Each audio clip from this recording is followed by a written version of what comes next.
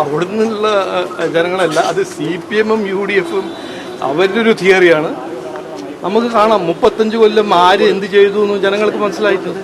ആരാണ് ഇപ്പോൾ മുനമ്പത്ത് ജനങ്ങളെ പ്രശ്നങ്ങൾ പരിഹരിക്കാൻ പോകുന്നത് അതും ജനങ്ങൾക്കറിയാം. അതുകൊണ്ട് ഞാൻ അതിനെപ്പറ്റി ജാസ്തി പറയാൻ പോകുന്നില്ല. 35 കൊല്ലം ആരാണ് ഒരു ഒരു ഒരു ചെറിയ കാര്യവും ചെയ്യാത്ത രണ്ട് പാർട്ടികൾ ഏതാണെന്ന് ജനങ്ങൾക്കറിയാം.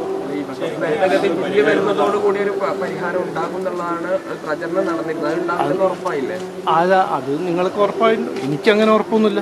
ഞാൻ മിനിസ്റ്റർ പാസ്സാക്കിയ മിനിസ്റ്റർ അവിടെ മുനമ്പത്ത് വന്നപ്പോൾ അദ്ദേഹം പറഞ്ഞു, ഞാൻ കേട്ടു, മനസ്സിലാക്കി. എനിക്കതിൻ്റെ ഇൻ്റർപ്രറ്റ് ചെയ്യാനും അണ്ടർസ്റ്റാൻഡ് ചെയ്യാനും നല്ല കഴിവുണ്ട്, എല്ലാവർക്കും ഉണ്ട്. നിങ്ങൾക്ക് അങ്ങനെ ഒരു ഇൻ്റർപ്രിട്ടേഷൻ ഉണ്ടെങ്കിൽ നിങ്ങൾക്ക് ഓൾ ദ ബെസ്റ്റ്. എനിക്കങ്ങനെ ഇൻ്റർപ്രിട്ടേഷൻ ഇല്ല. എനിക്ക് ഫുൾ കോൺഫിഡൻസ് ഉണ്ട്.